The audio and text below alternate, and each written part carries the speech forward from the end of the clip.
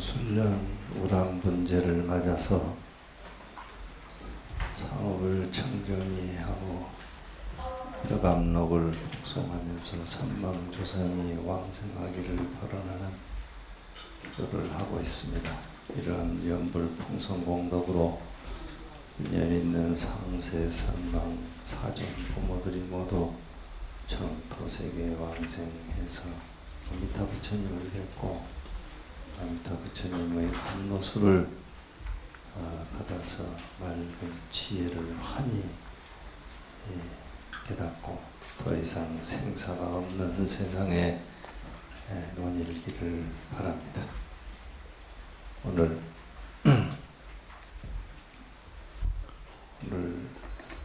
벌써 육제입니다. 날씨가 더워가지고 땀을 뻘뻘 흘리고 가만히 있어도 땀이 나고 하더니 이제 햇빛은 장렬하지만 그래도 그렇게 덥지는 않은 것 같아. 좀 시원한 바람이 불죠. 에어컨이 없으면 못 살 것 같아서 그냥 난리법석을 피우고 그랬는데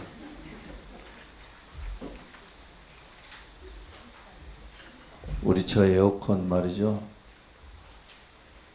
그 시장 회장님이 자기 사무실에 있는 걸 띄워다 줬어요. 너무 덥다고. 고맙죠?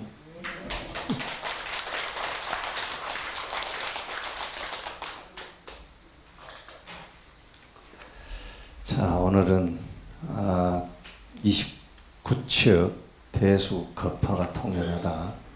대수에게 묻다. 내가 나눠드린 페이퍼 91페이지 보시기 바랍니다. 내가 종무소에 내가 뭐 좀 갖고 오라 했는데 안 갖고 온 것 같은데 갖고 왔어요?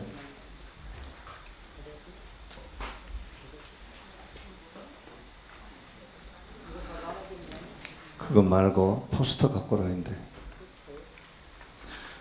좀 가져오라고 그러시고 91페이지 봅시다. 시간이 많지 않습니다. 대수법진 선사의 이야기입니다. 내 이름이 법진인데 법진이 나오니 사뭇 반갑네. 에? 여러분은 안 반갑지만 나는 되게 반가워요. 이 스님이 또 진여 법진 선사라고 그러는데 또 법진 선사라고도 하는데 진여 선사라고도 또 이름이 있죠. 옛날 스님들은 이름이 많아요. 이름이 많아. 두루두루 이 스님은 선지식들을 찾아다니면서 공부를 했어요. 살다 보면 그렇게 되죠. 여러분들도 그러지 않아요? 살다 보면은 이 일 저 일 많이 하게 되지 않습니까? 나도 지금까지 이렇게 살다 보니까 이리저리 사람을 많이 찾아다녔어요. 찾아서 맨 처음에는 통도사로 각성스님한테 가서 공부한다고 각성스님한테 갔는데 각성스님이 가니까 석 달 만에 각성스님이 저를 떠나셨어.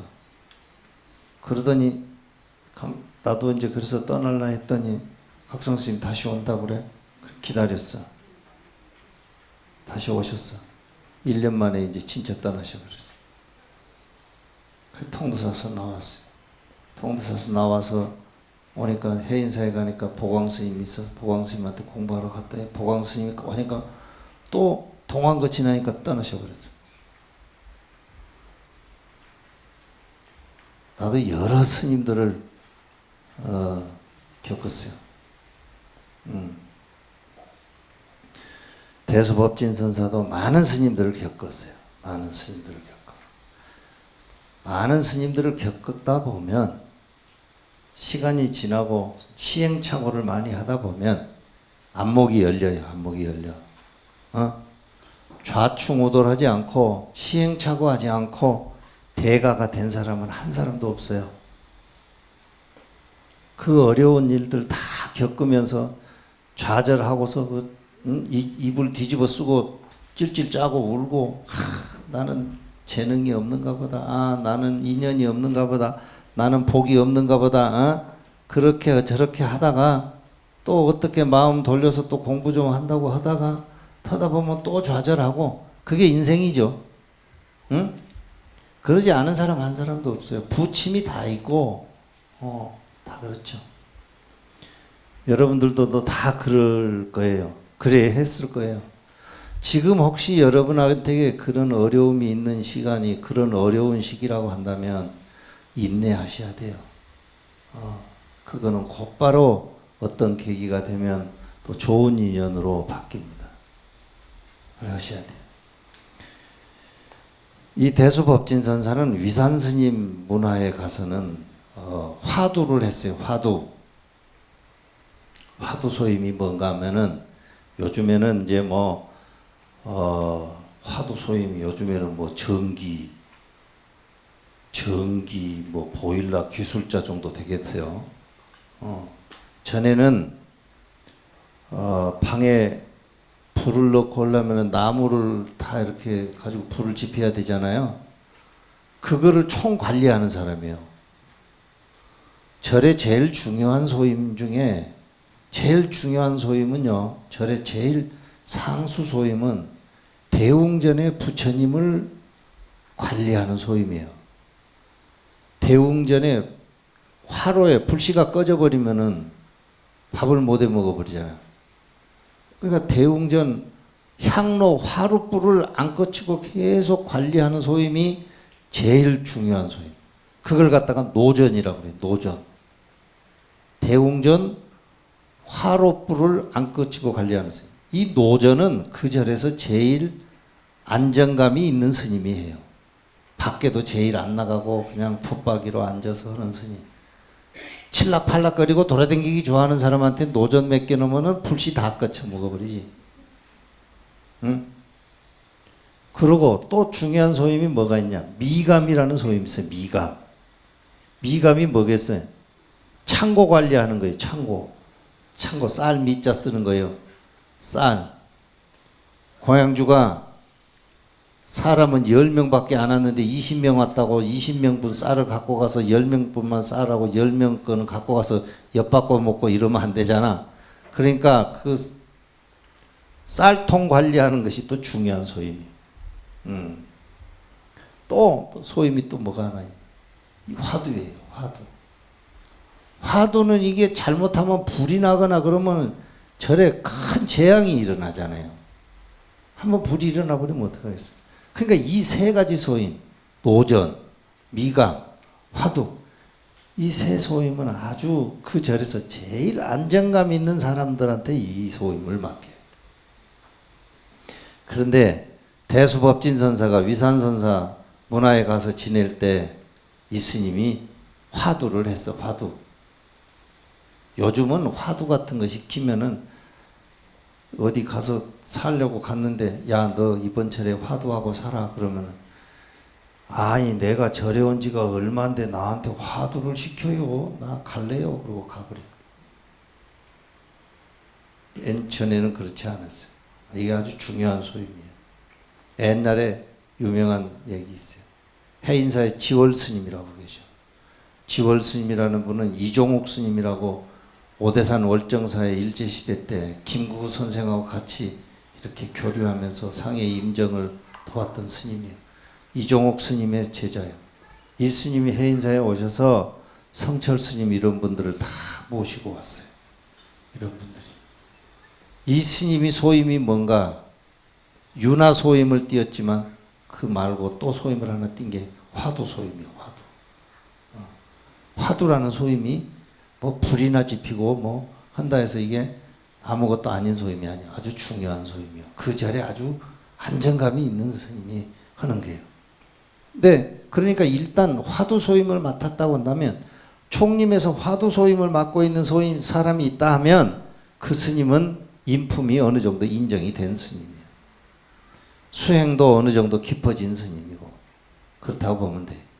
하루는 위산 스님이 이 대수법진선사를 불렀어. 그때는 이제 뭐 대수법진선사도 아니지. 그때는 대수라는 이름도 없었어요. 법진선사를 불렀어. 그래서 자네는 왜 나한테 참 와서 말이야 한마디 묻지도 않는가 이러는 거예요. 다른 사람들은 나한테 와서 자꾸 뭘 물어쌌고 그런데 왜 너는 나한테 와서 한 번도 뭘 묻지도 않냐 이러는 게요. 그래. 이 화두 법진이 가서 그러니까 이 위산 스님한테 그래. 아, 스님한테 내가 그 뭘 물을까요? 그러는 거예요. 뭘 물을까요? 그러니까 위산 스님이 그러는 거예요. 어떤 것이 부처냐고 한번 물어봐라 이러는 거예요. 어떤 것이 부처냐고 한번 물어봐라 이러는 거예요. 그러니까 이 화두 법진 스님이 위산 스님 입을 꽉 막아버리는 거예요. 어떤 것이 부처냐고 물어봐라 그러니까 옆에 있다가 입을 꽉 막아버려요. 그러니까 그것이 끝나고 나니까 위산 스님이 그러는 거예요. 거기다 써놨어. 내가 응? 밑에서 91페이지 밑에서 네 번째 줄. 그대는 핵심을 깨달았구나. 자네 이후에는 자네처럼 흔적 없는 사람을 찾아볼 수가 없을 것이다. 여기에서 핵심어가 흔적이라는 말이에요. 흔적. 누구든지 사람은 흔적을 남기고 우리 지금 세상 살면서도 여러분들 살면서 주변 사람들한테 아, 저 사람 뒤끝이 있다고 이런 사람들 있죠? 에? 아, 저 사람 뒤끝이 있어. 조심해야 돼. 이런 사람들이 있어요. 그런 사람은 흔적을 남기는 사람이에요. 뒤끝이 있는 사람 치고 상큼한 사람 있어요? 없지? 살면서 제일 하지 말아야 되는 게 뒤끝을 갖고 사는 거예요. 뒤끝 갖고 살면 안 됩니다. 대답 안 한 사람 갖고 살 거예요? 갖고 살면 여러분만 손해요. 뒤끝을 안 갖고 살아야 돼요. 뒤끝을. 무슨 일을 하다가 뭐가 어그러졌다 그러면 아, 내 노력이 부족했다. 뭐가 어떻게 되면 아, 내가 이거 최선을 다하지 않았구나. 아, 뭐가 잘 안 되고 그러면 아, 내가 저 사람의 입장을 내가 조금 헤아리지 못했구나. 이런 생각을 하면서 빨리 정리하고 그 상황에서 최선인 것을 찾아가야 돼요.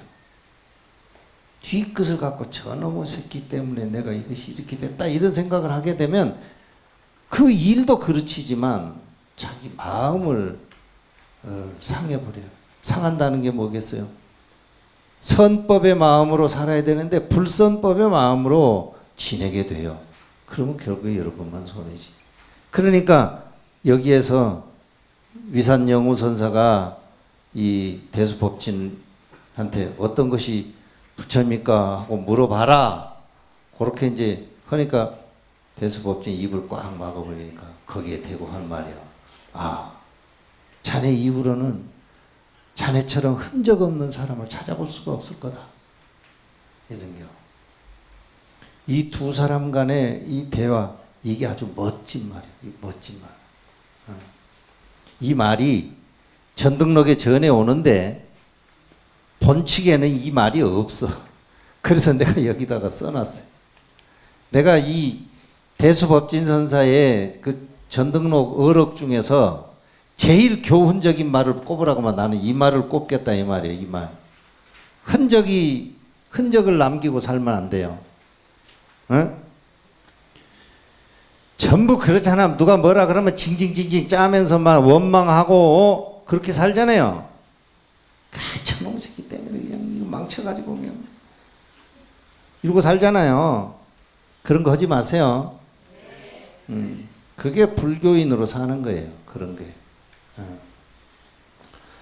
나중에 이 스님은요, 위산 스님, 위산영우 선사의 문화를 떠나서 그 밑에 이제 자기 고향 사천성으로 돌아갔어요. 그래 자기 고향 마을 입구에 조그마한 그 터를 하나 잡아놓고 거기에 다방을 만들어 놓고 지나가는 사람들한테 차 대접을 3년을 한 거예요. 에? 지나가는 사람들한테 오는 사람마다 차를 대접하는 거예요. 그래가지고 차를 주면서 자기가 생각하고 있는 삶에 대해서, 자기가 생각하는 불교에 대해서, 선법에 대해서 얘기를 하면서 3년 동안 차를 이렇게 나누어 주면서 보냈어요. 그러다가 그 후에 자기가 지불터를 잡고 있는 그 뒷산에 옛날 그 수행터 고원이라고 하는 수행터가 있다 하니까 그 소리를 듣고 가서 보니까 정말 있어. 그래서 거기다가 절을 짓고 그렇게 살았어요. 평생 살았어요. 대수법진선사, 내 이름만큼이나 멋있는 스님이잖아. 에? 흔적을 남기지 말고 살자. 에? 뒤끝을 남기지 말고 살자. 전부 다 다짐하세요. 약속하세요. 약속하세요. 저 뒤에 땅 보고 있지 말고. 뒤끝을 남기고 살지 맙시다. 오케이. 자, 92페이지 잠깐 보세요. 뒤끝을 남기는 사람은 어떤 사람이냐? 거기에 수시가 있어요. 고기가 지나가면 물이 흐려지고, 이 뒤끝이 남기는 거잖아. 에? 고기가 지나가면 물이 흐려지고, 새가 날아가면 깃이 떨어져. 이거 다 뒤끝이 있는 거예요, 이게 다. 응? 주객을 명백히 판별하고 흑백을 분명히 구분한다. 이 말이 뭔 말이겠어요? 아와 아소를 구분한다는 거예요. 내 편하고 남의 편을 구분한다는 겁니다. 살면서 매사에 이것이 나한테 이익이 되는가, 이것이 나에게 해로움이 되는가, 늘 그렇게 산단 말이야. 그렇게 사는 사람은 뒤끝이 남을 수밖에 없어요. 그렇게 살지 말아라 이 말이요. 그럼 어떻게 살아야 돼? 그 밑에 있는 말이에요. 거울 때에 있는 것과 같이 살아라. 거울에 비추면은 내가 가서 비췄는데 내 친구가 거울에 나타나는 경우가 있어요? 없잖아요. 그러니까 거울대가 앞에 있는 것 같이 살아란 말이야. 노력도 안 했으면서 횡재하려고 생각하고 살면 그거 되겠어요? 그거 안 되는 거예요. 며칠 전에 내가 우리 절에 누가 왔어? 신도요. 왔는데 그 스님 그 거사님 입에서 점잖은 분이에요. 그 분 입에서 나는 그런 말이 나오리라는 상상을 안 했어.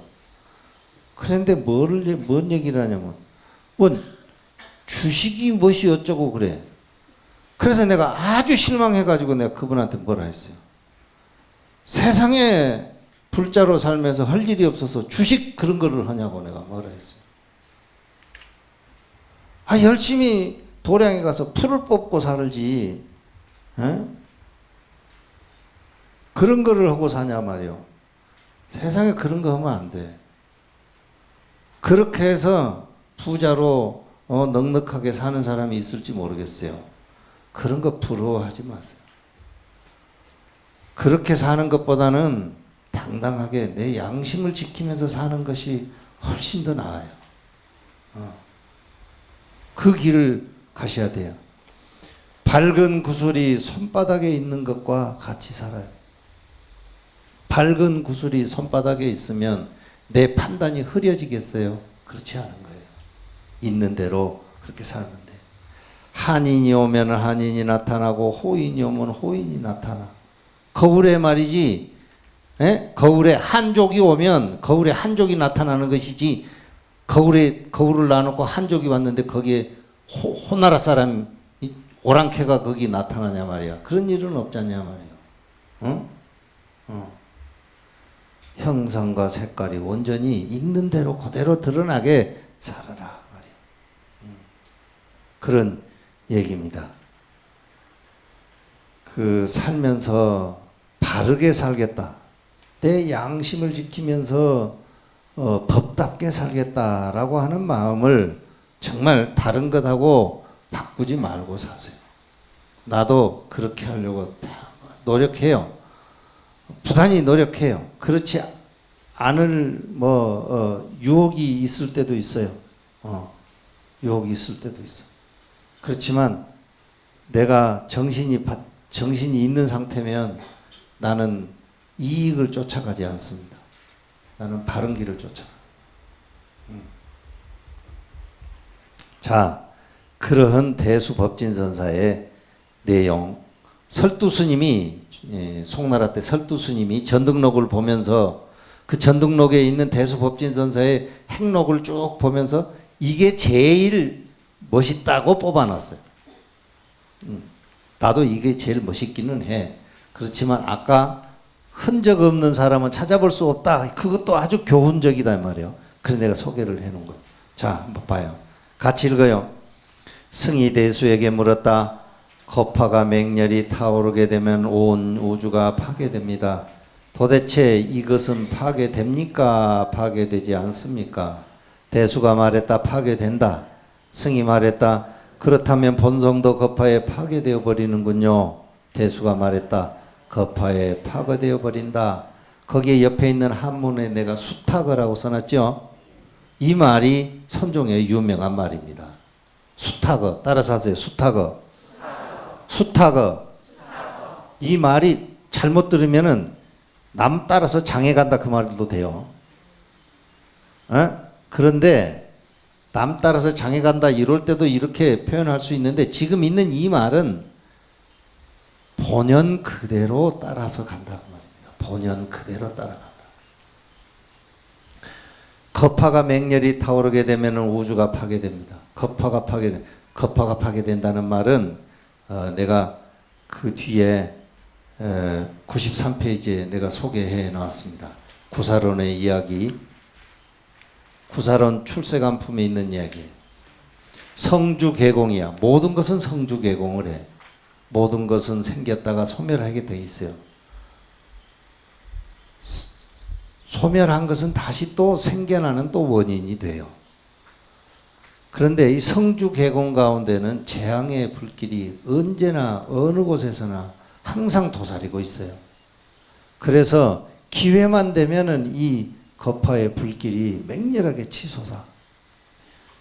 내가 여러분들 뭐 미국 가서 이민 가서 살고 있는 여러분의 언니나 오빠나 동생이나 뭐 형님이나 뭐 고모나 누가 있는지 모르겠는데 나는 미국에 가서 한국 사람들을 보니까 한국에 살고 있는 한국 사람하고는 이건 종자가 좀 다른 한국 사람. 그 사람들은요, 보니까 무서워.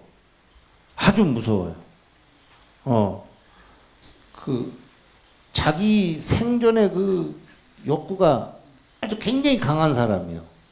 한국 사람들은 조금 뭐 양같이 순한 사람들이 많은데 거기는 가면 막 싸납쟁이들이 너무 많아요. 정말이요. 여러분들 그러니까 미국에 가서 뭐 하잖아요. 그러면 조심해야 돼. 눈 조금 잘못하면 서울 가면 뭐 눈 뜨고 코베 간다고 조금 잘못하면 다른 사람한테 속아가지고 가산을 그냥 다 날려요. 그냥 눈을 똑바로 떠야 돼. 그런데 성주개공 중에 거파의 불길이 치성하다는 말이 바로 그런 말이에요. 우리들이 살아가는 일생의 곳곳에는요, 그런 거파의 불길이, 재앙의 불길이 도처에 숨어 있어요. 조금 잘못하면은 그 거파의 불길에 그냥 홀라당 다 타버리는 거예요. 조금 잘못하면. 그러니까 살면서 늘 법답게 살려는 생각을 놓치면 안 돼. 예. 법다운 생각을 놓치고 이번만 이익을 쫓아가고 다음에는 법답게 살겠다. 그런 사람은요, 다음 되면 또 그래. 또 그 다음 되면 또 그래. 그렇게 살면 안 돼. 이 말에, 이 구사론에 있는 말. 그러니까 거파가 맹렬히 태오르면 모든 것이 성주개공에서 전부 다 사라졌어. 전부 다 사라졌으면 거기에 남아있는 게 뭐가 있겠어요? 논리적으로 말이 안 되잖아요. 모든 게 사라졌다고 그러는데 거기에 뭐가 있냐고 그러면 말이 돼? 거기는 뭐가 있냐 없냐는 말도 붙일 수가 없어요. 왜? 모든 게 사라져 버렸기 때문에. 모든 것 속에 우리들이 일으키는 이런 작용까지 포함한 모든 게 사라져 버렸기 때문에 그게 있냐 없냐는 말도 안 되는 거예요. 그러니까 이 대수선사 대수선사가 이제 그 말을 이제 사라져 버린단 말이죠. 다 파괴돼 버린다. 파괴돼 버린다는 말조차 할 것도 없이 다 사라져 버리지. 왜냐? 거파의 모든 것이 다 없어져 버렸기 때문에. 그랬던 그 말입니다. 여러분들도 내가 이제 절에 있으면 질문을 가끔씩 와서 하는 사람 중에 죽고 나면은 뭐가 남아요? 이런 말을 내가 많이 들어요. 나한테 그런 말 물어본 사람 여기도 있을까요? 여기는 없네. 묻지를 않아, 이 백성들은. 나한테 뭐 물어본 사람 있으면 손 들어봐. 이봐, 물어본 사람이 없어. 물어본 사람이 없어. 나도 위산 스님 같이 아무나 잡고 놓고, 야, 나한테 뭐 좀 물어봐라. 좀 물어봐, 좀. 이러고 해야 되겠어요. 묻지를 않아. 그런데 그런 걸 물어요. 죽고 난 후에 뭐가 있어요? 그래. 죽고 난 후에 뭐가 있을까요? 죽고 난 후에 뭐가 있어요?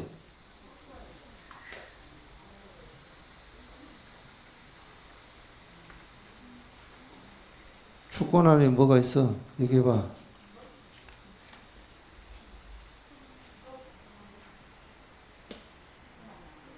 죽고 난 후에 뭐가 있냐 없냐라고 하는 것을 논하는 것은요, 지금 우리는 삶의 모습으로 이와 같이 작용하는 것으로 모든 것을 다 판단하고 이해하고 알고 그래요. 그런데 지금 살아있는 이런 모습으로 작용하는 사람한테 죽고 난 후의 것을 이해하라고 한다면 이거는 이해의 방식이 완전히 다른 거예요. 그렇기 때문에 그 방식에 대한 것은 뭐라고 얘기를 한다 해도 우리들 방식으로는 이해가 안 되는 거예요. 새까만 황토물 속에 사는 붕어한테 아무리 맑은 물 얘기를 해도 그 붕어는 맑은 물이 뭔지를 모르는 거예요. 왜? 그 붕어의 경험은 황토물이기 때문에 그래요. 얘기가 그런 얘기입니다. 두 번째 봅시다. 원어국근 선사는 여기에 이제 대수 선사하고 성관에 이런 대화가 있었어요. 수탁어라고 하는 이 말에 모두 다 본연의 이치에 따라서 모두 다 사라진다. 그 말을 한 것에 대해서 원어국근 선사가 후대에 거기다가 전등록에 글에다가 주석을 그렇게 해놓은 거예요. 거파의 본성이 파괴된다는 대수의 말은 구멍 없는 철추가 얼굴을 내리치는 격이다. 구멍 없는 철추. 요즘에 보니까 뭔 아파트에 사는 사람, 어린 애들이 뭐를 밖으로 내 던져가지고 지나가는 사람이 다치고 그런 일이 생기더만. 그런 것이 이 무공철추가 똑같은 거예요. 그 무공철추가 얼굴로 떨어졌어. 그거 어떻게 되겠어요? 어떻게 되겠어? 거파에다 사라져버리는 거지. 한문 보세요. 한문. 이게 참, 내가 거기 밑에서 한 8번째 줄에 써놓은, 조그맣게 써놓은 한문 있죠?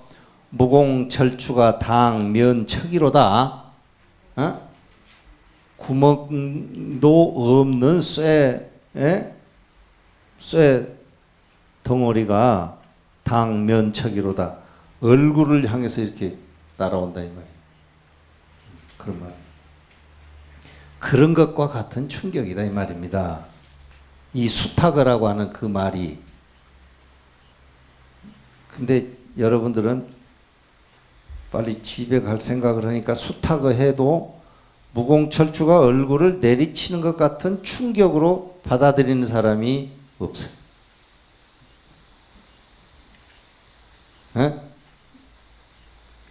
그리고 거기다가 또 하나 말했어요. 또 물길이 길면 배가 높고 진흙이 많으면 불상이 크다. 이렇게 원어국근 선생 거기다 주석을 해놨어요. 근데 이 말도 참 멋있는 말이에요. 수장선고요 니다 불대로다. 에? 물이 길어. 물길이 길어. 양작은 것이 길어. 저기 그냥 사천성에서부터 유유히 흘러가지고 상해에 있는 대로 흘러 빠져나가잖아요. 양자강이. 그러면 양자강에 배 띄우는 사람이 배를 조그맣게 해가지고 사천성에서 배를 띄워가지고 양자강까지 가면서 조그만 돛담배 해가지고 거기다가 보따리 몇 개 싣고 가겠어요? 부산항을 출발해가지고 저기 뉴욕에까지 가는 배가 여러분 이민 가방 한 2개 싣고 여기서 부산항에서부터 뉴욕까지 가겠어요? 아니지. 몽땅 싣고 갈 거 아니야. 그러니까 수장 물길이 길면 그 위에 떠다니는 배도 커요. 커. 응? 그 다음에 진흙이 많으면 불상이 크다. 소조불을 만드는 거예요. 불상을 흙으로 진흙으로 불상을 만들어. 흙이 진흙이 좋은 흙이 이렇게 많은데 그 흙을 놔두고 불상을 쬐끄맣게 만들겠어요? 아닐 거 아니에요. 당연한 이치다 이 말입니다. 당연한 이치. 수탁어라고 하는 말이 당연한 이치다. 당연한 이치다는 말을 말로 당연한 이치다 이렇게 하지 않고 이렇게 비유로 한 거예요. 무공철주가 단면척이로다 그래 놓고 수장선고하고 니다 불대로다 이렇게 했다 이 말이에요. 멋있죠? 멋있잖아요. 멋있는 말이에요. 옛날 어른들이 이게 상상력이 좋아요. 중간에 논리를 한 3개 정도 잘라먹어버리고 이렇게 얘기를 한다. 이런 사람한테 뒤끝이 있는 사람이겠어요? 없는 사람이겠어요? 이런 사람은 뒤끝이 없는 사람이요. 이런 사람은. 본연이라는 게 있어요. 본연. 본래 그러함이라는 거예요. 본래 그러함. 여러분이 남자로 태어났다가 여자로 성장하다가 개로 죽는 경우가 있어요? 없잖아요. 에? 그냥 사는 것에는 사는 것 나름의 본래 그러함이라는 게 있어요. 그걸 갖다가 본연이라고 그래요. 따라서 여기서 본연. 본연. 그러면은 본연의 이치 이런 말들은 쓰는 말이잖아요. 본연의 이치 그것은 그걸 어떻게 형상화할 수 있을까요? 어떻게 형상화할 수 있어요? 절에 가면 대적광전에 비로자나 부처님이 모셔져 있어요. 비로자나 부처님은 언제 태어나셔서 살다 가신 분이요? 비로자나 분은 어디서 태어나신 분이요?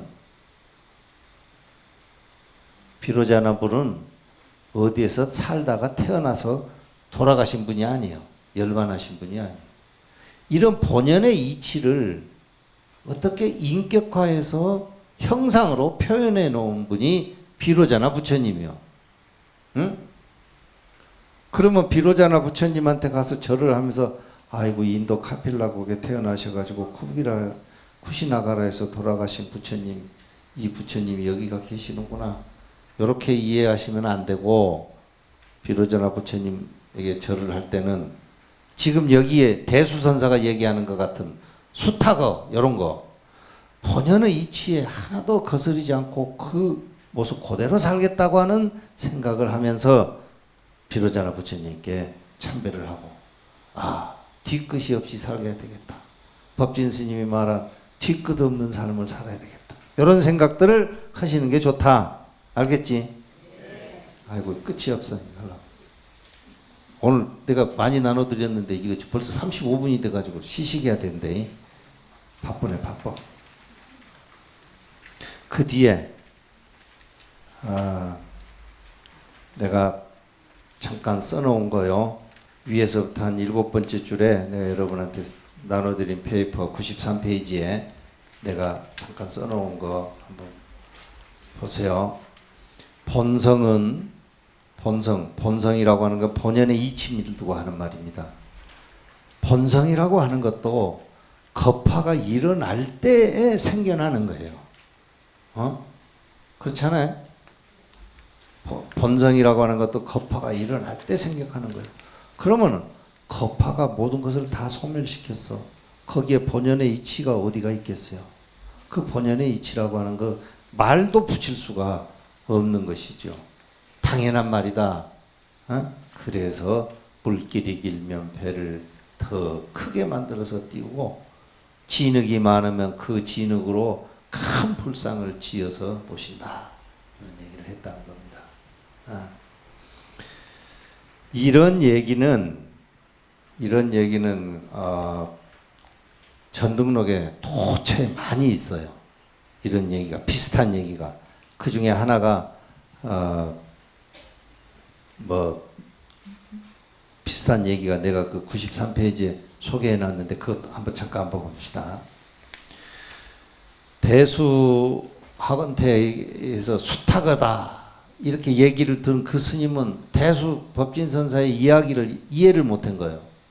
이해를 못해. 그래 투자산에 가서 투자 대동선사를 찾아갔어요. 투자산으로 가 투자 대동선사를 찾아. 그래 투자 대동선사를 찾아가서 얘기를 하는 거예요. 인사를 드리니까 투자선사가 물어. 어디서 오는 거? 그러니까 나는 저기 저 서쪽에서 대수선사 있는 데서 왔습니다. 이러는 거예요. 그러니까 대수선사가 뭘 가르치던 거? 그러니까 그런 얘기를 쭉 하는 거예요. 겁화가 다 치성하게 일어났을 때는 우리들의 본성은 어디가 있습니까? 있습니까? 없습니까? 이렇게 물으니까 수탁하라 했다는 그 얘기를 쭉 한 거예요. 그러니까 투자 대동선사가 그 말을 듣고는 말이지. 서쪽에 고불이 출현했는데 사천성은 중국에 보면 저쪽 서쪽에 있잖아요. 그러니까 서쪽에 고불이 출현했다. 고불이라고 하는 것은 뭘 고불이라고 하는가 하면 서가모니 부처님이 돌아가셨는데 다시 환생해서 태어나셨다는 말이에요. 고불. 서쪽에 사천성에 말이지. 서가모니 부처님이 다시 태어나셨는데 아쉽다. 못 뵀다. 빨리 다시 돌아가라. 대수선사에게 빨리 대수법진선사에게 빨리 다시 돌아가라. 그러는 거예요. 그러니까 이 스님이 이제 불이 나게 서둘러서 다시 대수법진선사가 고불이라고 그러니까 갔네. 갔더니 대수법진선사가 돌아가시고 없는 거예요. 돌아가시고 없어. 지금 같으면 핸드폰으로 바로 전화해가지고 돌아가셨어요? 안 돌아가셨어요? 물어봤으면 되는데 옛날에 전화기가 없으니 그 길을 말이야 뚜벅뚜벅 걸어가니까 이 돌아가셔 버렸어요. 여러분들도 그런 적 있죠? 나도 그런 적이 몇 번 있어. 기회를 그냥 아쉽게 놓쳐버린 적들 여러분들 없어요? 있죠? 그때 그러지 말걸. 이런 것이 있잖아요. 그래 이제 또 이제 그 겁화 얘기가 또 수산주와 대화에 또 나와요. 겁화가 맹렬히 타오르면 온 유주가 파괴되어 버린데 본연의 이 본성이라고 하는 것은 파괴됩니까? 파괴되지 않습니까? 그러는 거예요. 그러니까 수산주가 아까 대수법진은 파괴된다 했는데 이 양반은 파괴되지 않는다. 불괴다 이러는 거예요. 불괴. 파괴되지 않아. 불괴 그러는 거예요. 왜 파괴되지 않습니까? 그러니까 그 위동어대천이라. 위동어대천이라. 위동 한 가지가 된다 이 말이죠. 똑같다 이 말입니다. 위동어대천이라. 대천과 똑같다. 천지와 똑같단 말이에요. 천지와 한 가지가 된다. 그러면 파괴되는 거예요? 안 되는 거예요? 파괴되는 거예요? 안 되는 거예요?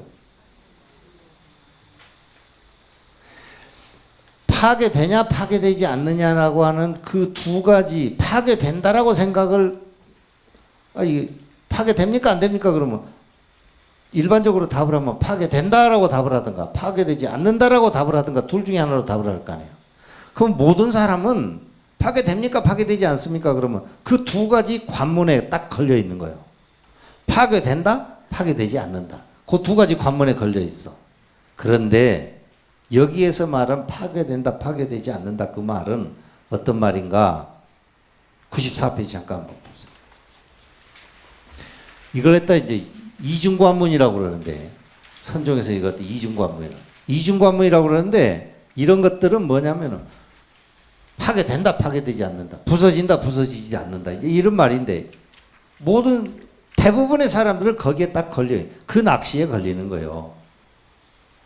그런데 이 말은 파괴된다, 파괴되지 않는다는 우리들의 약속된 언어, 우리의 경험을 바탕으로 한 대화가 아니에요. 파괴된다는 말하고 파괴되지 않는다는 말은 다르고 정반대의 말이지만 언표로 표현된 것은 두 가지로 완전히 다르게 표현됐지만 이것이 지향하고 있는 바는 동일한 거예요. 파괴된다, 파괴되지 않는다는 말은 우리들이 상식적으로, 우리들의 경험으로, 우리들이 교육받고 알고 있는 그 내용으로 보면은 정반대의 말이지만 언표로 표현된 것으로는 완전히 반대의 말이지만 그것이 지향하고 있는 의미는 동일한 거예요. 파괴된다, 파괴되지 않는다는 말이 완전히 다른 말이 아닌 거예요. 내가 이 조주 스님 것까지 하려 했는데 조주 스님 거 짧은데 하나 더 해버릴까? 밥 좀 늦게 먹어도 되죠? 네? 중국 선사 중에서 정말 상상력이 뛰어난 대화를 절묘하게 했던 스님 중에는 제일이 조주 선사예요. 조주 선사. 중국 불교의 선종 승려 가운데서 아주 상상력이 뛰어나고 절묘한 언어로 반전을 위해서 탁탁 이렇게 얘기를 해준 분은 조주 스님을 능가할 분이 없어. 우리 법당 앞에도 지금 잣나무가 큰 나무가 있죠? 에? 잣나무 있어요?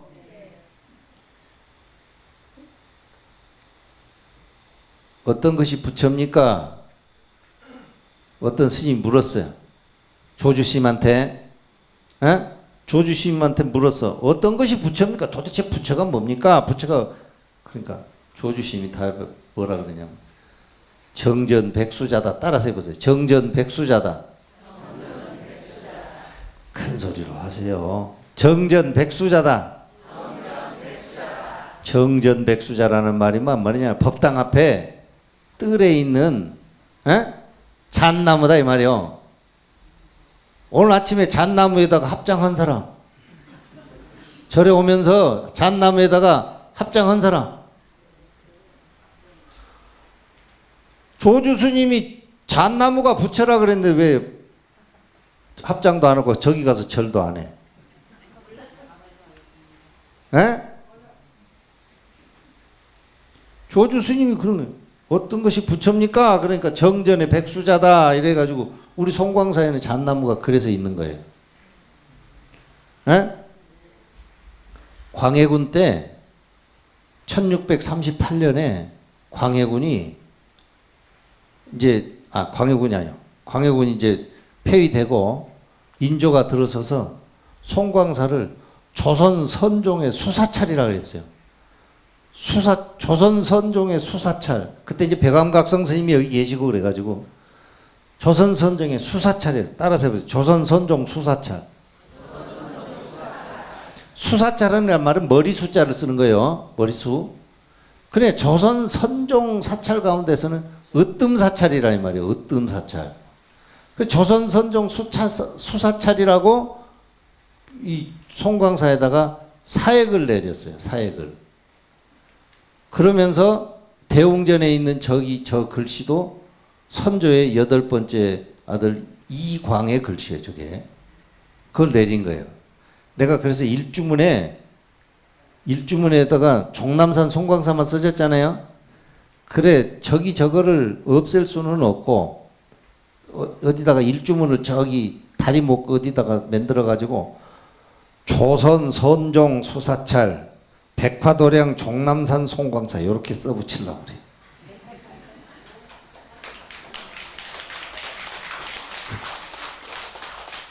조선 선종 수사찰 백화도량 종남산 송광사가 좋아요? 그냥 종남산 송광사가 좋아요? 조선 선종 수사찰 종남산 송광사 훨씬 좋잖아요. 에? 근데 거기다 내가 붙이려고. 이번에 일주문에 있는 그 글씨를 그냥 없애고 내가 그렇게 써서 붙이려 했더니 회주 스님이 대답을 안 하셔. 아무 말씀도 안 하셔. 그건 하지 말라는 거잖아. 에? 하지 말라는 거예요. 그래서 내가 속으로 예 알았습니다 하고 내가 그대로 한 거예요. 에? 뭔 얘기하다 그리 가버렸나? 조주 스님 얘기하다 그리 가버렸지? 나 지금 그것 말고도 할 얘기 많은데. 조주 스님은 아무튼 중국 선정 승려 가운데서 상상력이 가장 뛰어난 분이고요. 대화 내용이 정말 절묘해요. 거기 어디 갔어? 조주 스님. 야, 봅시다. 어떤 스님이 조주심한테 물은 거예요. 왔어. 조주심한테 물어요. 내가 듣자 하니까 화상께서는, 화상이라는 말은 스승님이라는 말이에요. 화상, 스승님이라는 말이에요. 일제시대 때 화상이라는 말이 이렇게 비속어로 우리한테 이렇게 좀 의미가 좀 변했어요. 그렇지만 본래 화상이라는 말은 스승이라는 말입니다. 스승님께서는 남전화상을 친히 배웠다고 하는데 사실입니까? 이러는 거예요. 그러면 조주 스님은 남전 스님을 40년 동안이나 모신 스님이요. 나한테 여러분들이 와가지고 스님, 도영 스님 배웠다고 그러는데 사실이에요? 이 말하고 같아. 에? 말이 안 되는 말이에요. 그게 묻는 거예요. 그러니까 조주 선사가 뭐라고 하는가 따라서 하세요. 진주 출대 라복두라.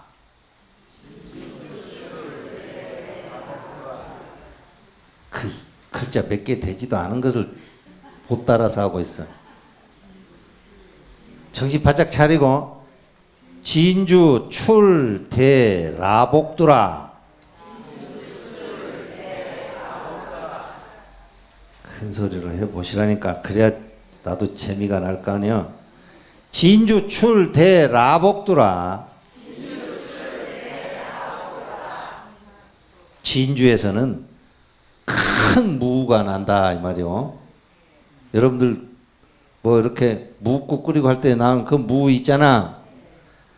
아이 스님 듣자 하니 스님 뭐 남전 스님을 뭐 친히 배웠다 하는데 사실이에요. 그러니까 진주에 무가 큰 무가 난다 이렇게 답을 했다 이 말이야.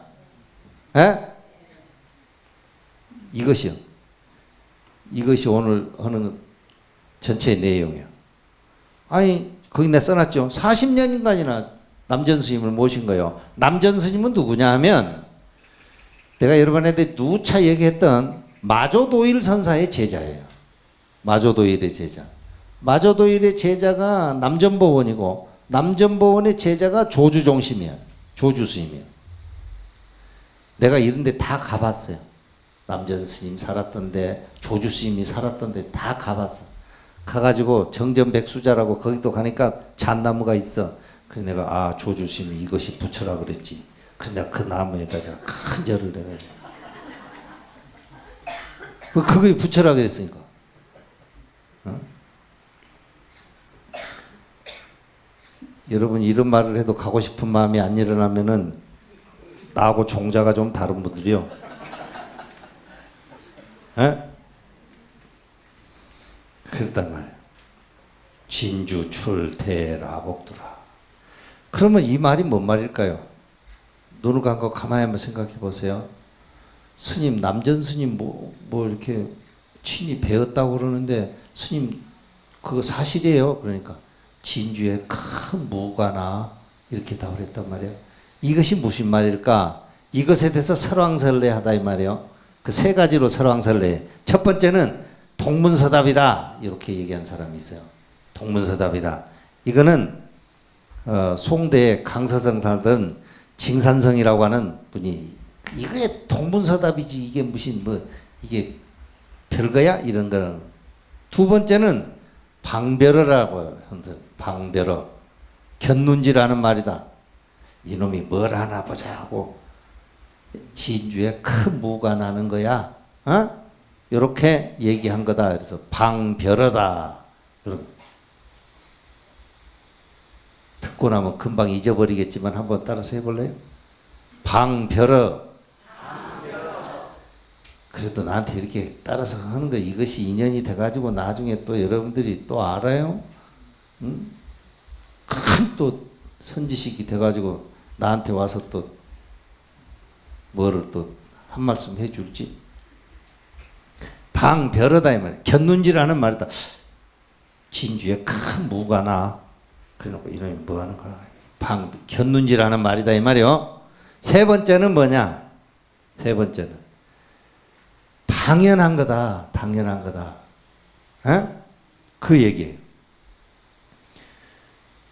하북성이 이제 북경이 있는 데가 하북성이에요. 북경이 있는 쪽이. 그 하북성 서편에는 이제 산서성이 있어요. 하북성 옆에는 산서성. 근데 그 산서성 쪽으로 이렇게 가다 보면 거기에 이제 진주 지방이 있는데 거기는 예로부터 진주 그 무가 많이 나는 곳이래. 중국은 가서 보면 하도 넓어가지고 뭐. 근데 거기서 이 무가 많이 나는데 진주에 큰 무가 난다고 이렇게 답했던 것은 뭔가?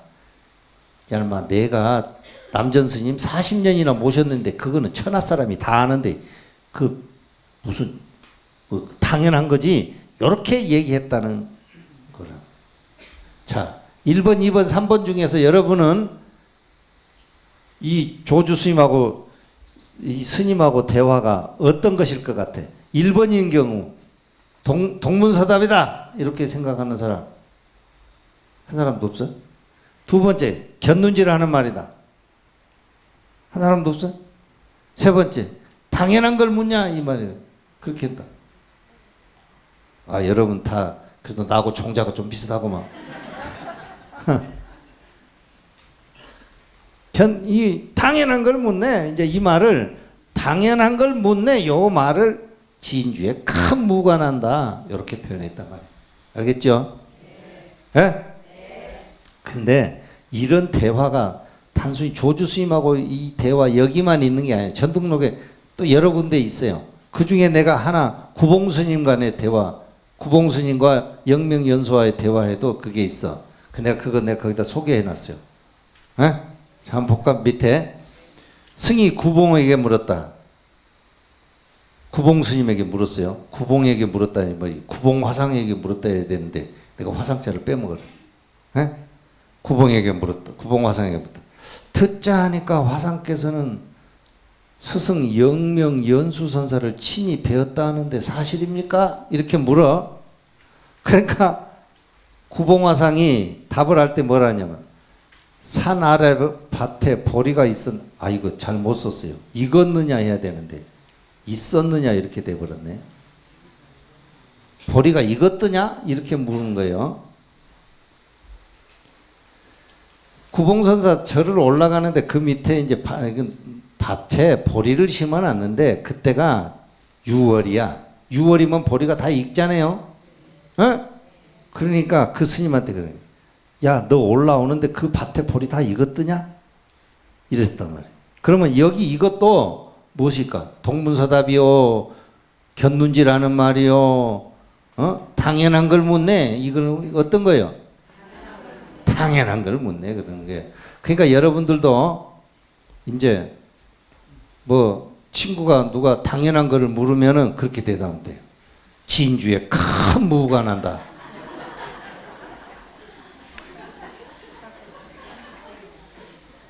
그래가지고 그 사람이 그걸 못 알아들으면 알겠죠? 진주에 큰 무가 나. 당연한 걸 물으면 꼭 그렇게 대답하세요. 어? 손자가 와가지고 뭐지 어떻게 물으면 당연하다 딱 판단이 되면은 1초도 머무르지 말고 진주에 큰 무가 난다 이렇게.